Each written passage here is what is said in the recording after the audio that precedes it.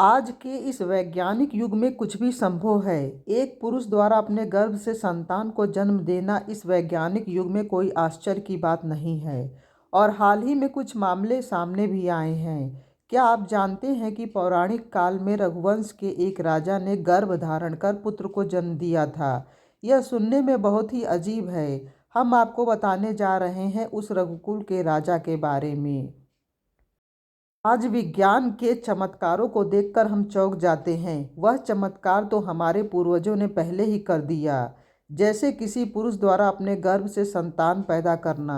हम मर्यादा पुरुषोत्तम श्री राम के पूर्वज राजा युवनाश की कथा बताएंगे, जिन्होंने स्वयं गर्भ धारण करके अपनी संतान की प्राप्ति की थी, जो आगे चलकर चक्रवर्ती सम्राट बना। वाल्मीकि के रामायण के बाल कांड में प्रभु राम के कुल वंश रघुवंश का वर्णन किया गया है। ब्रह्मांड पुत्र ब्रह्मा जी के पुत्र मरीचि से ऋषि कश्यप का जन्म हुआ था। ऋषि कश्यप के पुत्र का नाम विवस्वान था और विवस्वान के पुत्र थे वैवस्वत मनु, जिनके 10 पुत्रों में से एक का नाम था इक्ष्वाकु। राजा इक्ष्वाकु ने ही अयोध्या को अपनी राजधानी बनाया और उन्होंने ही इक्ष्वाकु वंश की स्थापना की, जिसके बाद इसी वंश में राजा युवनाश का जन्म हुआ।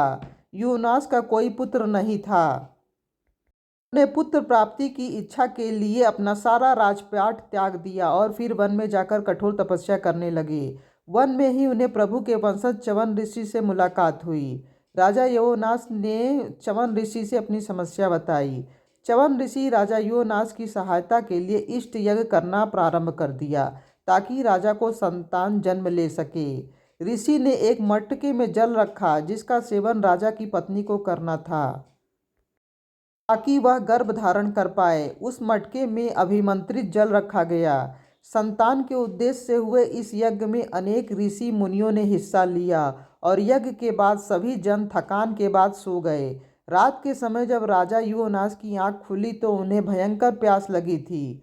राजा ने पानी के लिए बहुत आवाज़ लगाई, लेकिन थकान के चलते गहरी नींद में सभी लोग सो गए थे। किसी ने भी राजा की आवाज़ नहीं सुनी। ऐसे में स्वयं राजा उठे और पानी की तलाश करने लगे। तभी उनको वहां एक कलश दिखाई दिया, जिसमें अभिमंत्रित जल था। इस बात से अनजान थे कि यह जल किस उद्देश्य से रखा गया है। राजा ने प्यास के कारण उस मटके में रखा जल पी लिया।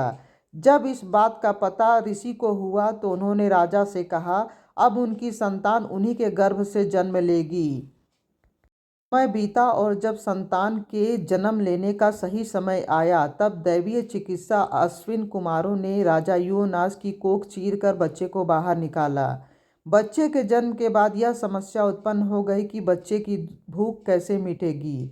उसके बाद सभी देवतागण वहां उपस्थित हुए। इतने में देवराज इंद्र ने कहा, वह इस बच्चे के लिए माँ की कमी पूरा करेंगे।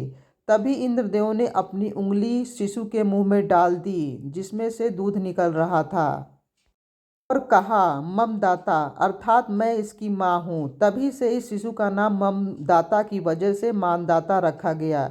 जैसे ही इंद्रदेव ने अपनी उंगली से शिशु को दूध पिलाना शुरू किया, उसके बाद ही वह शिशु 13 बित्ता बढ़ गया। ऐसा कहते हैं कि राजा मानदाता ने सूर्योदय से लेकर सूर्यास्त तक के राज्यों पर धर्मानुसार शासन किया। और तो और उन्होंने 100 अश्वमेध और 100 राष्ट्रीय यज्ञ के 10 योजन लंबे और 1 योजन ऊंचे रोहित नामक सोने की मत्स्य बनवाकर ब्राह्मणों को दान भी दिया था। वही लंबे समय तक धर्मानुकूल रहकर शासन करने के बाद राजा मानदाता ने भगवान विष्णु के दर्शन करने के लिए वन में जाकर तप करने का फैसला किया। इसके बाद उन्होंने भगवान विष्णु के दर्शन किए तथा वहीं अपने प्राण त्याग कर स्वर्ग की ओर प्रस्थान किया। आपको यह कहानी कैसी लगी, कमेंट बॉक्स में ज़रूर बताएं। धन्यवाद।